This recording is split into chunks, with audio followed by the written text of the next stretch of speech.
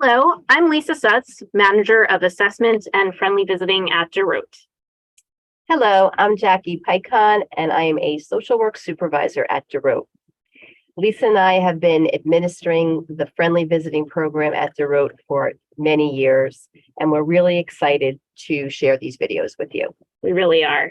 In developing this program, our goal was to ensure that it contained the core components that make Friendly Visiting programs so successful, while also keeping it flexible enough to adapt to a wide variety of communities and organizational contexts. So as a result, throughout these videos, you'll hear us offer guidance about what's absolutely essential and also offer guidance about what can be tweaked based on the population you serve, the volunteers available to you, and your staff resources. We hope to show that with some thoughtful planning, creativity, and a small group of motivated participants, volunteers, and staff, this incredibly impactful program can be launched and sustained in your community. During the course of these videos, we're going to be using the term participant, and that will be used to describe an older adult, caregiver, or person with disabilities who will be visited by a volunteer. And as you can see, this is the second of 2 training videos that we've created for you, the people who will be managing a Friendly Visiting program. In this part 2, Jackie and I will cover everything that happens after you've confirmed that participants and volunteers are ready to become part of the Friendly Visiting program. So that includes making and introducing matches, supporting them as they get to know each other, and throughout the length of the match, helping people navigate challenges that may arise, retaining and thanking volunteers, and how to support people when matches end. We're going to be sharing a PowerPoint with you, and you'll be listening to our voices, but you won't be seeing our faces. So let's get started.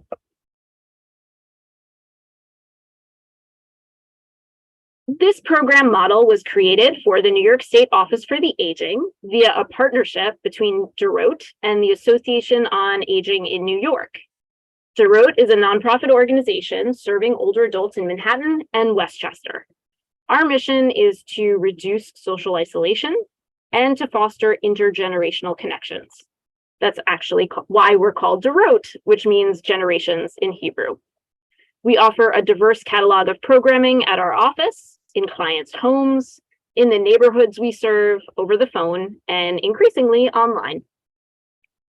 The Association on Aging in New York is a nonprofit organization dedicated to supporting and enhancing the work of New York's local area agencies on aging. They advocate for and work to promote the independence of aging New Yorkers and their loved ones. Making a friendly visiting match is both an art and a science and can be challenging, but when you take the time, it can also be very rewarding. When making a match, your friendly visiting team will be using all the information gathered from the detailed screening of both the participant and the volunteer. After meeting both participants and volunteers, you get a sense of their personalities. A culmination of your impressions and what personalities they feel they mesh best with can serve as a guide when making the match. You'll also use information about what they both expect from the experience, along with their interests, hobbies, and backgrounds. It's important to note that although commonality can build connection, differences can make the experience more interesting. Some of the most successful matches are often ones that have some things in common, but also have diverging interests. This offers both the participant and the volunteer an opportunity to learn and grow while getting to know each other. It's wise to try to strike a balance between the two. Of course, it's important for both the participant and the volunteer to have shared values. This is something that people really connect on, and if there are too many differences, the relationship may not work. Since no one has a crystal ball, there'll always be an element of educated guesswork, chemistry, and luck that play a role in a match ending up a success. Over time, with experience, it becomes easier to make these predictions. Best practices for introducing matches. When introducing matches, you want to consider speaking with the volunteer first. This way, if the volunteer is unavailable or for some reason not interested, you spare the feelings of the participant. Until both the participant and volunteer agree to meet, You want to preserve confidentiality, so only share first names and the general area of where they both reside. Try to say a little bit about why you think the two would make a good match. For example, you might share that they both have similar availability, enjoy board games, and like plants and gardening. You can let the participant know that the volunteer has traveled, but to different destinations, and that may be fun to share and learn from each other's experiences. You want to give them the opportunity to slowly learn about each other over time. So you want to refrain from saying too much. However, keep it positive. Give either one of them a heads up if there's anything they should know ahead of time. For example, if a participant is hearing or visually impaired, it'll be helpful for the volunteer to know to speak louder or to do more to identify themselves when they are at the front door.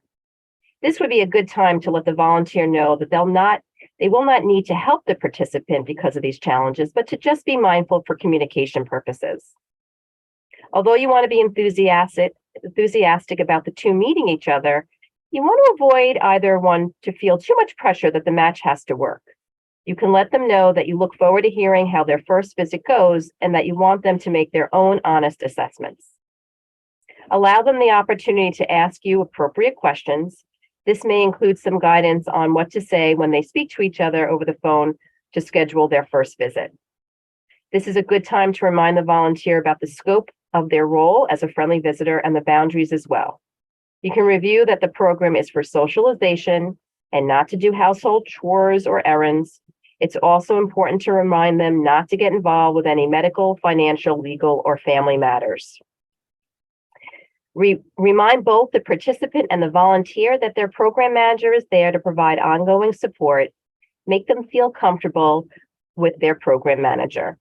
Occasionally, you will have someone who has some hesitation.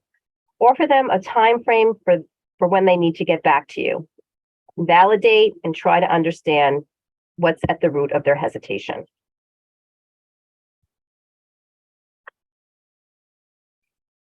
Now you'll hear a role play of a program manager proposing a participant to a volunteer. Hello? Hi, is this Ethan? Hi, it is Ethan. Hi, it's Courtney, and I'm calling from the Friendly Visiting Program. Do you have a couple minutes? I do. Oh, good. All right, well, so we've identified somebody who I think might be a great match for you. His name is Alan, and he lives with his wife, and she has dementia. So, you know, most of the conversations that they used to have about the news or books or anything else really is just not as easy as it used to be. Right. So he would really, really enjoy another person in his life who he could have conversations with about the things that he likes. And I was thinking, because I know you really enjoy reading, that you might be able to connect on books. Sure. What kind of books does he like?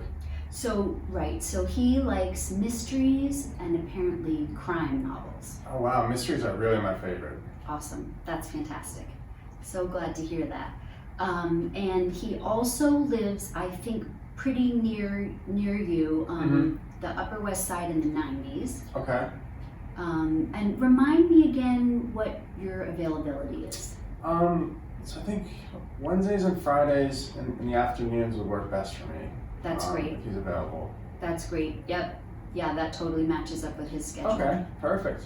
So yeah, we try to take that into consideration, you know, location of the volunteer and the other participant, because it's part of making a good match. Right.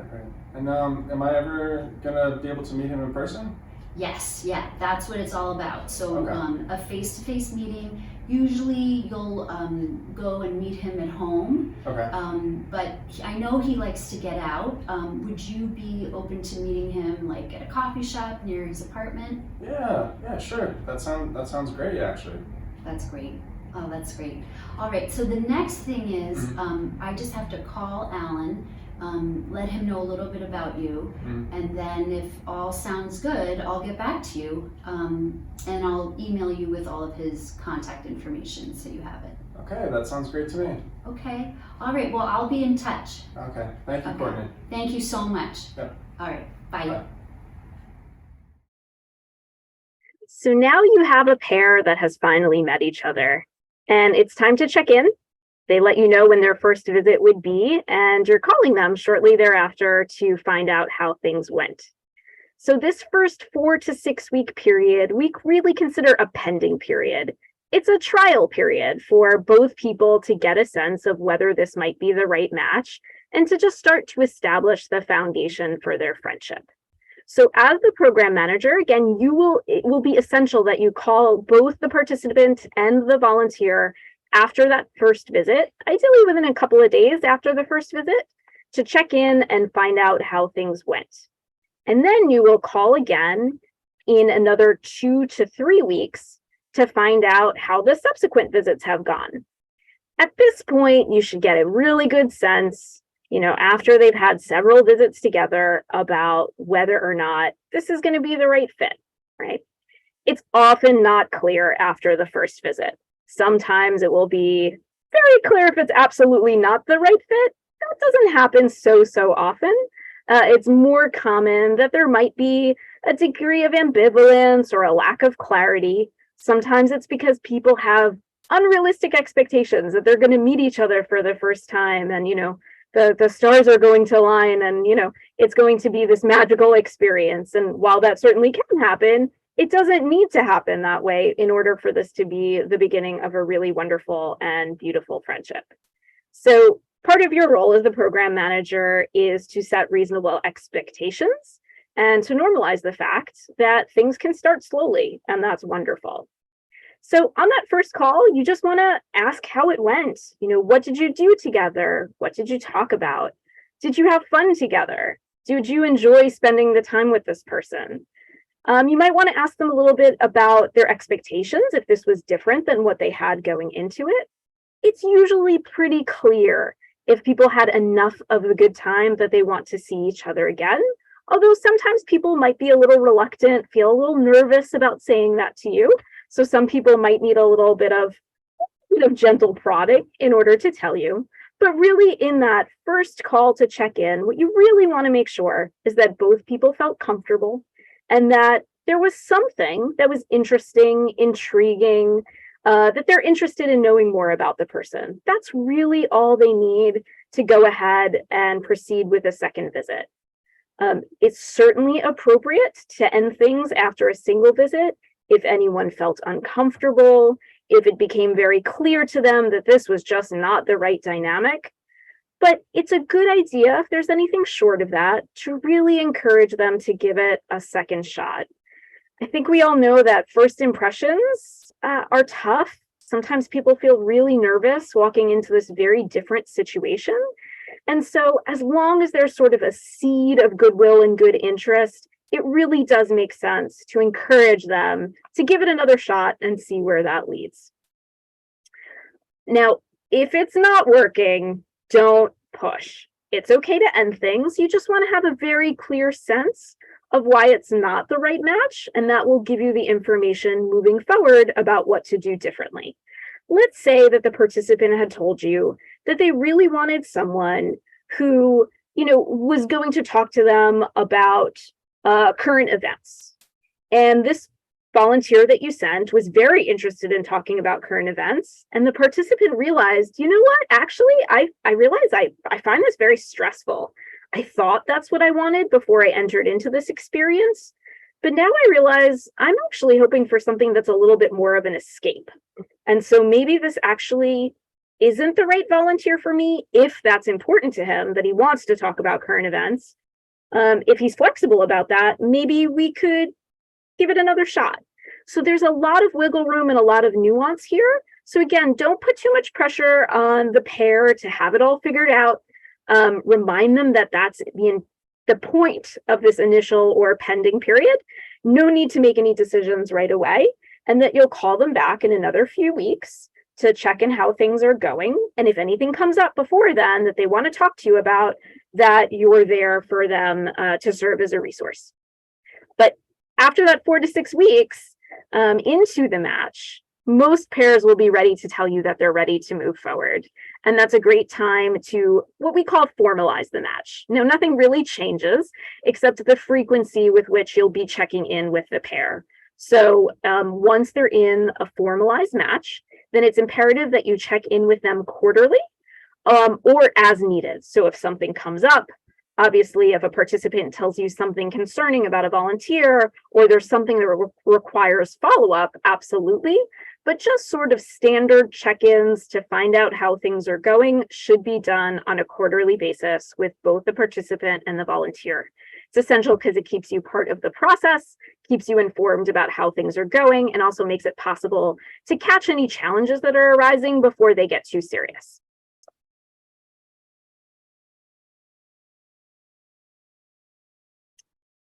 So here are some ideas, questions you might want to ask and subjects you might want to touch upon when you're doing these regular check-ins with participants and volunteers. And these basically apply during the pending period and also afterwards. They're really just kind of conversation starters.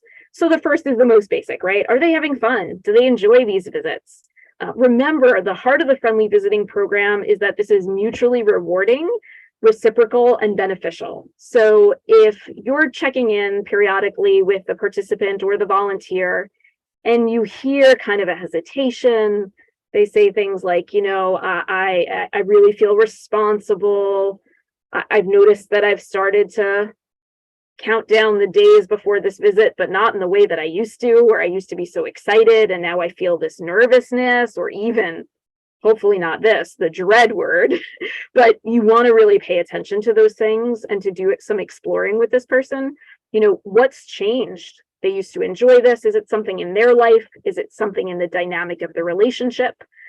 Oftentimes there might be a cause that can be worked through, but sometimes it's an indication that there's a problem and that maybe this isn't the right match anymore.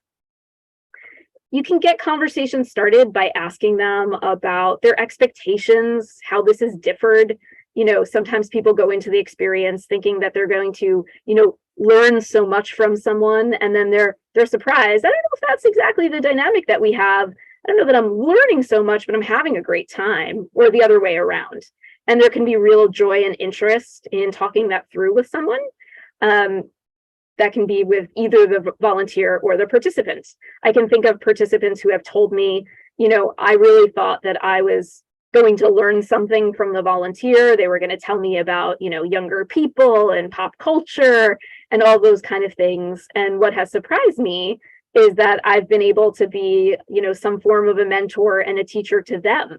And I didn't really see that coming. I've helped them talk through for them, you know, certain challenges they're facing, or, you know, what do I do when I'm experiencing this in my personal life or at work? And so that can be really rewarding for people to reflect a little bit with you and talk about the nature of the dynamic and what's been rewarding. On a practical level, you also want to use these check-ins to confirm that they are honoring their commitment and visiting weekly. We always know there can be, you know, life circumstances that get in the way. You know, maybe someone's sick and they have to skip a couple of weeks, or, you know, something unexpected comes up, and that's okay. But we want to make sure that in general, people are honoring their commitment and that there is consistency, since that is what both parties signed up for. This is also a really important time to check about boundaries and make sure that there are no reasons to be concerned that boundaries are being challenged or crossed or expanded in a way that is problematic. So it's a good idea to ask, you know, is anyone taking on any additional roles, responsibilities? Are you doing anything that's outside of just spending social time together? And if the answer to that is yes, then you want to normalize the fact that this comes up. This is a challenge we talk about all the time because it happens for people. So let's walk through the situation where it becomes problematic, you know, when you show up to the participant's home and they ask you to go grocery shopping. And let's come up with some language that you can use to help diffuse that situation. And if need be, you as the program manager can also intervene. It really is very individual and depends largely on the dynamic of the relationship, how long they've been paired, how long this has been a concern, and also just sort of their personality styles. Everybody is different. And then finally, you just want to remind them that you're here if they have questions, if they have concerns, that they never have to, you know, worry about reaching out to you. So reminding them that you're a presence in the relationship, that's apparent to pairs when they first start. But sometimes once they've been together for a longer time, they start to think of this relationship as their own totally independent relationship. And it doesn't always immediately occur to pairs that you're a factor here to serve as a support if and when needed. So this is some additional information about supporting established matches and just really reinforces the fact that the emphasis is on relationship support and building, and that the goal here is that you remain curious and non-judgmental. So people are not going to tell you about things that are coming up or boundaries that are being crossed if they fear that this is going to threaten the way they're viewed or that you're potentially going to remove the volunteer or the participant from them. Now, there certainly may be unusual situations in which that would be required, but that's not the first step here. Really, the first step is understanding why these things are happening. Are there unmet needs? Are there other resources that the participant or the volunteer needs to be connected with in order to get them back on track with having this be a relationship that is social and based on this friendship bond? So again, it really sets the tone from the beginning that you continue on with established matches, that this is about you being a resource and a piece of the relationship, but not the person sort of here to impose rules and regulations. That is not the primary purpose of the role. And that you are here to normalize and to serve as a resource and a source of support as someone who has done this before and supported a variety of matches over time and in different contexts. So over the course of your interactions with participants and volunteers, whether that's be in your initial interactions, your screenings, when you're making the matches, during the pending period, and throughout, you always want to reinforce for people when they should be contacting you. And there may be some variations depending on your program resources, but what you will see here on the screen are the things that are absolutely essential. When we talk about, well, what are the essential components of friendly visiting? These are the essential ones. It is essential that they contact you if either party has concerns about their friend's physical or mental health.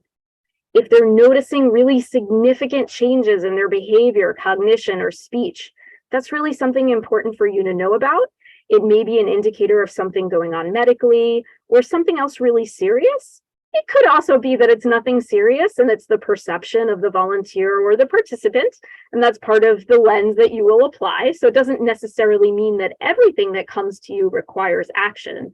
But if someone who's connected with a participant or a volunteer over time thinks something is really awry and different, then that's reason to pay attention to, okay? It's also essential that they get in touch with you if they've been unable to reach their friends despite multiple attempts over the course of at least a week. And if there's anything, especially if this is very atypical for a person. We certainly all know people in our lives that might be a little bit more difficult to reach, a little bit more inconsistent, but especially if the person is very consistent, always ready for your phone call, always waiting for you at the door, and the friend is unable to get in touch with them, that's cause for serious concern and important for you to know as the program manager and to make a determination about what to do next. The next thing is elder abuse. So some of the participants in this program are older adults and maybe at risk for elder abuse. That could be financial, it could be physical, could be emotional, it could even be sexual. And if there is any information, any indication that any of those things are a concern, then it's absolutely essential that participants and volunteers inform you that that's going on so you can take next steps on an expedited basis.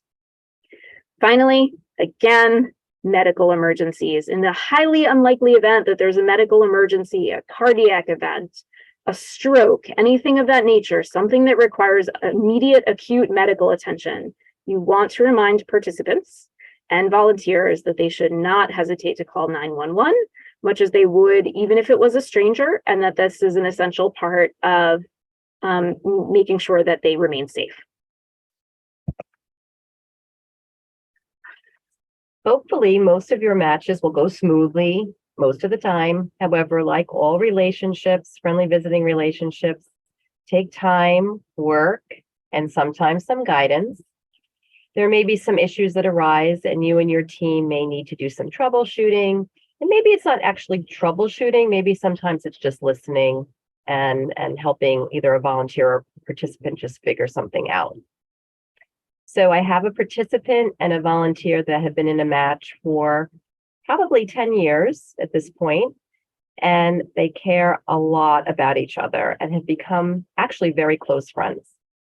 Linda, the volunteer, she called me recently to vent about certain concerns that she had about the participant, Rachel. She told me that Rachel always keeps her blinds down, so it's so dark in her apartment. And since Rachel was such a talented and successful artist, she has much of her art all around her apartment, but it's not all hung up. So her apartment is too cluttered. She's always eating junk food and wearing the same t-shirt. Although it's clean, Linda feels that Rachel's depressed.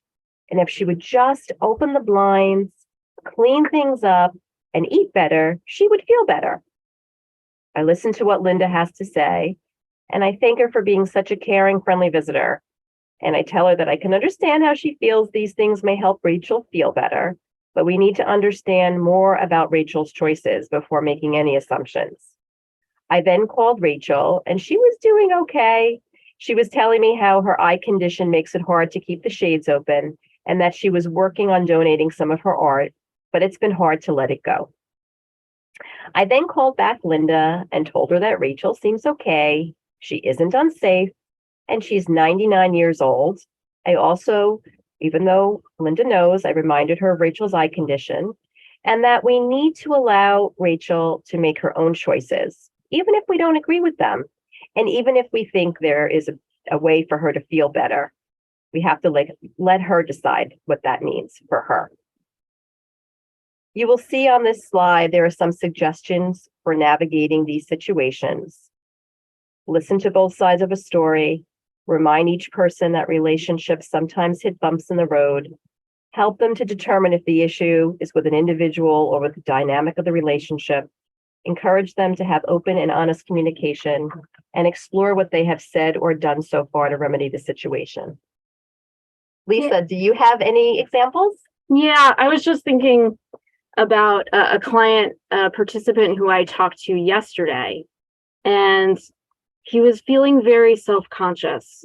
He and his volunteer have been connected for about 2 years now, and it's always been part of their relationship that they go for walks together. And it's been a really special thing. They talk, they walk, they explore new neighborhoods.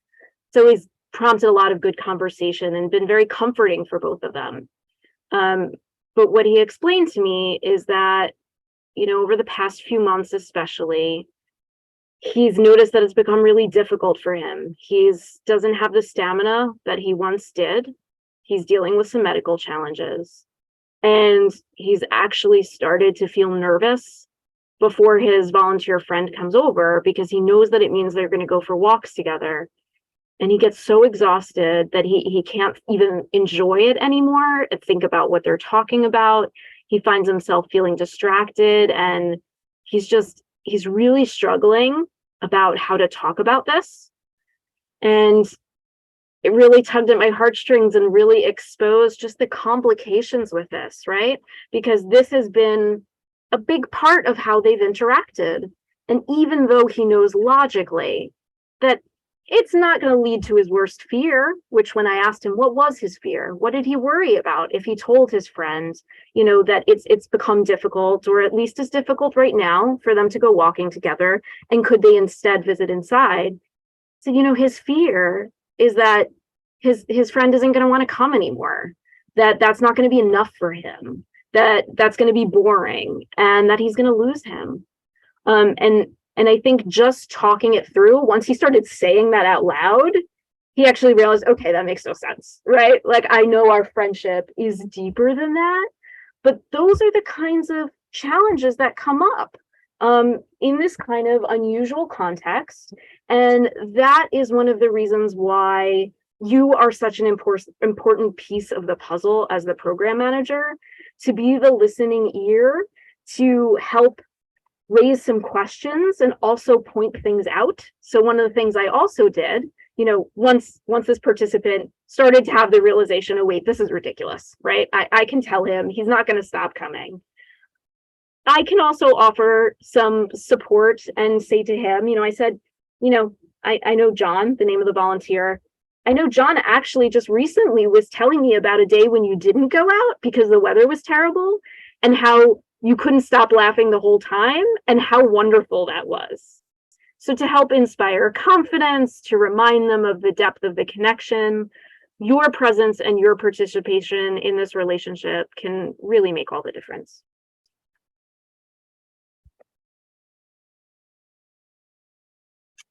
So now we're going to talk just a little bit about best practices for volunteer support and recognition.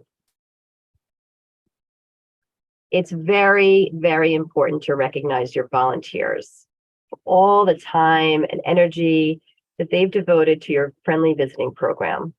They give so much of themselves and make such a significant impact on the participant's life that you really want to acknowledge them. You want to let them know how special you feel they are, how much you appreciate them, and there's some ways to accomplish this. And these are just some ideas. Personalizing your communications with each volunteer. For example, when you send out emails to your volunteers, rather than send a blanket email, it's nicer to address the email with the volunteer's name and perhaps add a special note that is very specific to them and their participant. You can develop a multi-tiered program to recognize and reward every volunteer. And this may include everyone on your team taking on a certain group of volunteers to reach out to and provide special programming. Typically, volunteers really enjoy and benefit from ongoing training. This directly and indirectly improves the friendly visiting experience for both the volunteers and the participants. At DOROT, we've had various types of friendly visiting gatherings, both in person and virtually. We have volunteers come together to hear a speaker, for example, on how to engage your older friend with art, or how to cope with the loss of a participant passing away. Volunteers also enjoy coming together to connect and discuss shared experiences. So here are some other suggested topics that volunteers are very interested in learning about. And it could be, the program manager can talk about these things, or you can have a special speaker. Normal aging, the challenges faced by family caregivers. Memory loss is often a very common interest of volunteers that are visiting older adults. Mental health, any kind of common concerns related to that. Integrating creativity into your life and relationships. During these trainings, along with volunteers really enjoy the peer connection, and more experienced volunteers can serve as mentors for newer volunteers. And of course, all volunteers benefit from supporting each other. Expanding a little bit on what Jackie was just mentioning, the kinds of events that can be helpful in terms of retaining and recognizing volunteers, helping them to feel like this continues to be a meaningful experience over time, there really is a range. So we recommend, if possible, that you consider holding different kinds of events. So you might want to offer one event that really is just for volunteer recognition, to talk about the difference they have made and to offer them a time to come together. Another opportunity that will be appealing to some people, not everybody. So then if you have a different type of event, one that's more based on people coming together and talking about their shared experiences, think of almost like a support group of sorts. That will be very appealing, sometimes for newer volunteers, sometimes for volunteers who have been in a long-standing match, but things are changing, and they're now finding that they need to revisit things that worked for them in the past and reshape them. Those kinds of supportive events can be particularly helpful for those volunteers. And then some volunteers really just enjoy the educational type of programming that Jackie was just mentioning, where they can, yes, come together with other volunteers, but also learn more about a particular topic and feel like they leave the experience armed with something that they can use in their relationship. And these can be in-person events, or also virtual events. At DOROT, we've tried both and find both to be extremely rewarding and successful.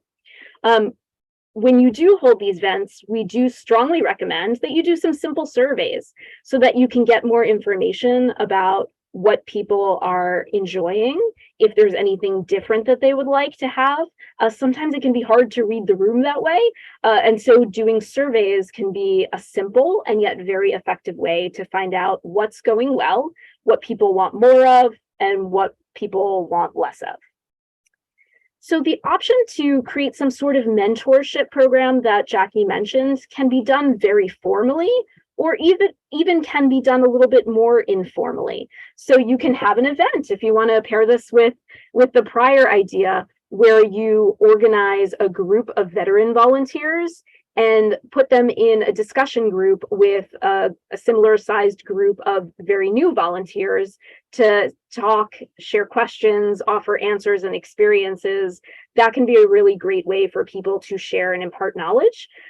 It can also be a one-on-one mentorship. So if you have a brand new volunteer who's just starting, in addition to having their program manager check in with them, they could have a veteran volunteer check in and see how they're doing.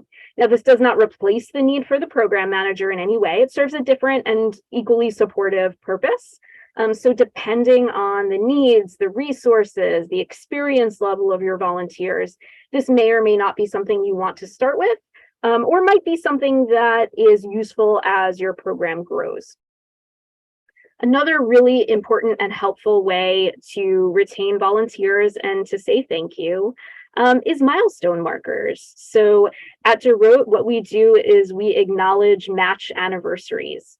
So our program has a 1-year commitment. So on the anniversary of them coming together, we always put together a really nice letter or email, sometimes supplemented with a phone call, just to say thank you, to acknowledge how long it's been. A lot of time people totally lose track. More often than not, people are surprised when we say, hey, do you realize it was actually this week last year that you first met?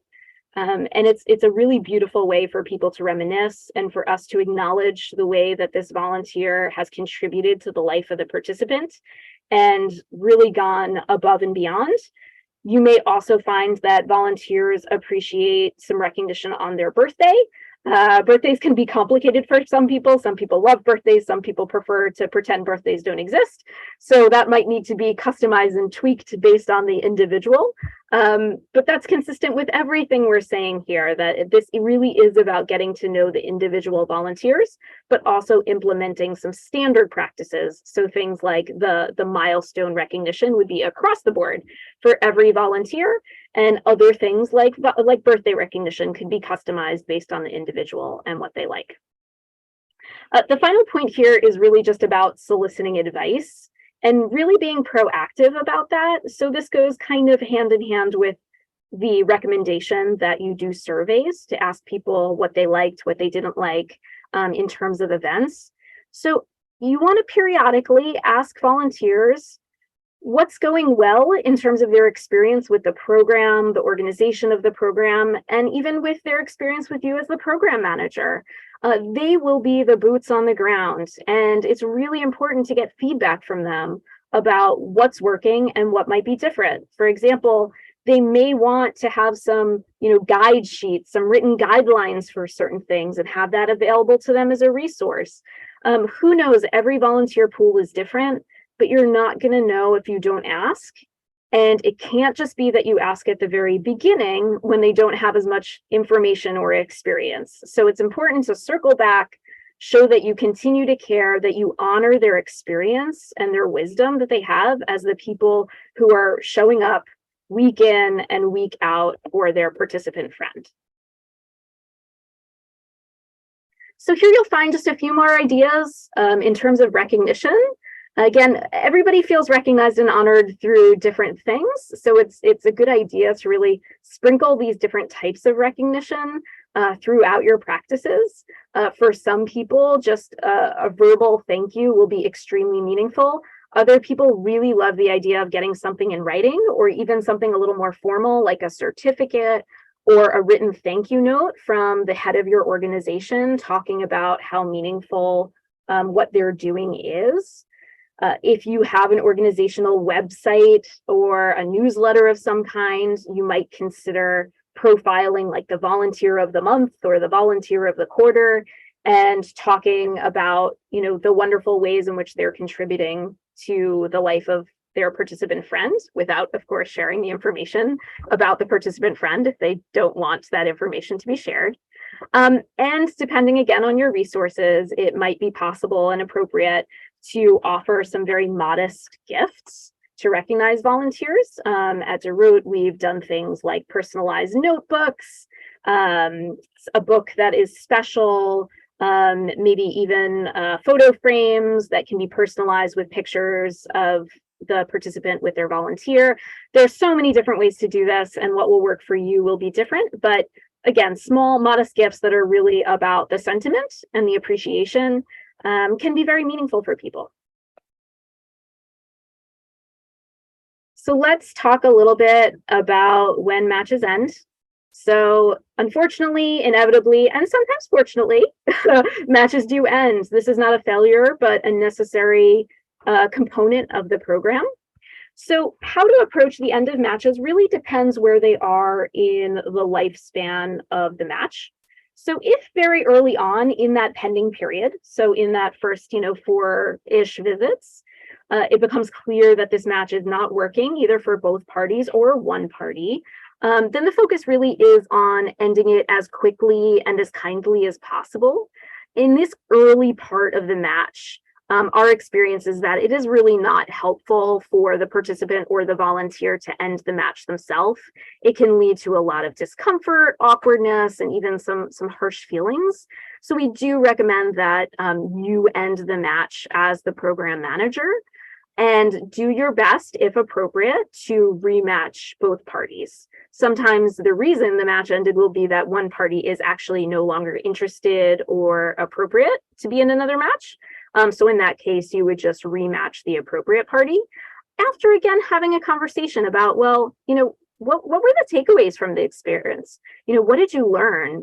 Anything different here? Do you now realize that actually meeting with someone in the evening isn't really best for you because you feel you're too tired, and that you'd actually prefer someone in the morning?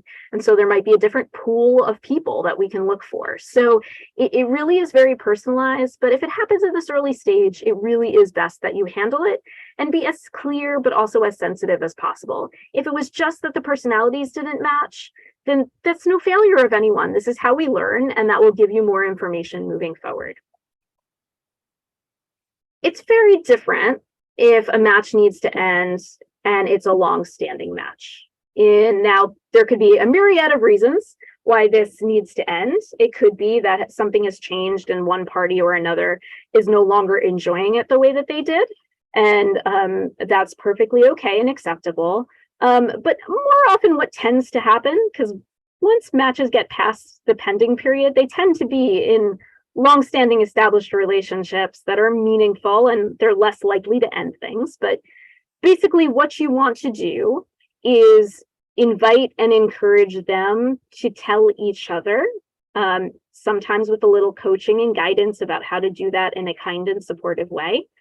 At this point, the relationship is significant enough that the information is typically best shared by them directly. There are, of course, exceptions to this general rule. If there was a falling out of some sort, if something unusual happened, if the person is feeling simply too emotional to talk about this in a calm and rational way, then of course it's appropriate for you to step in. But more often than not, in our experience, it's just about things changing. Maybe the volunteer needs to move. Maybe their schedule has rapidly changed because of a new job. It could be really so many different sets of circumstances, but the focus here then becomes on giving time for them to really acknowledge the relationship and to have a sense of really positive closure. So if at all possible, it's best that they visit at least 1 to 2 more times to be able to spend some time together, to reminisce, and to have their own kind of little ritual of sorts, right? To honor and wrap up the relationship. It can be really meaningful for people to give a card, write a letter, take a photo. Again, something small but meaningful to capture the relationship that the other party can hold on to. It's not always possible to do this, but whenever possible, it's really a good idea to have a pair know when it's their last visit and to honor the relationship that was in a way that feels meaningful. Unfortunately, also, it comes up, of course, that the participant, or in some cases, the volunteer, may also die. This is an unfortunate reality. And the truth is that whether this is a situation where there was a long decline or a very sudden and unexpected death, the surviving friend is typically not ready for this to have happened. There can be sadness, there can be anger, there can be, a real difficulty accepting that this is the reality. As we know, grief is complicated, grief is fluid, and grief is very personal. And so your role as the program manager is really to continue to be a support to that person for a period of time and to normalize what they're going through. It can be especially difficult because this is not a relationship that people often know how to talk about with other people in their life. So they might have just lost someone who was really incredibly deeply meaningful to them, but they don't really know how to talk about that with someone else. They talk about it with a friend who's their own age, and they say, wait, oh, the person who you used to volunteer with died, which can feel really minimizing. And so remember that you are an important source of support and reality, since you were able to be sort of a witness to the significance of this relationship. And you may be the only person in common. So you may be the only person that they can share stories with who will be able to laugh and say, oh, yes, I remember she always joked about that. Or he did get so intense when he would talk about Star Wars. It was really funny, wasn't it? So remember that you can be that presence in a situation where the surviving participant or volunteer might not otherwise have that. And finally, we would really strongly recommend that you find a way to formally honor the bereavement process. So that might take the form of doing something like periodically holding a bereavement group where it's typically volunteers. Volunteers can come together and talk about the participant, their friend, who they've lost, share memories, maybe even bring a picture or mementos, and be with other volunteers who can share that experience. We do those at DOROT, and it's incredibly meaningful. They're very sacred experiences, is really the best way that I can describe it. And time again, people thank us for having that. They don't need to be held extremely frequently, but as needed. And it's a really meaningful part of the process. And the other thing that it does is it communicates to the volunteer that our support of the relationship does not immediately end just because the participant has died, that our commitment is to both parties. And that is really meaningful, and I think also contributes to volunteers being open to the possibility of one day, when the timing is right for them after they grieve, entering into another match and building a new friendship. I think without that closure, it would be harder. Thank you for taking the time to listen to these training videos. We wish you the best with your friendly visiting program, and we know that you'll find it to be a rewarding program just as we have. Thank you very much.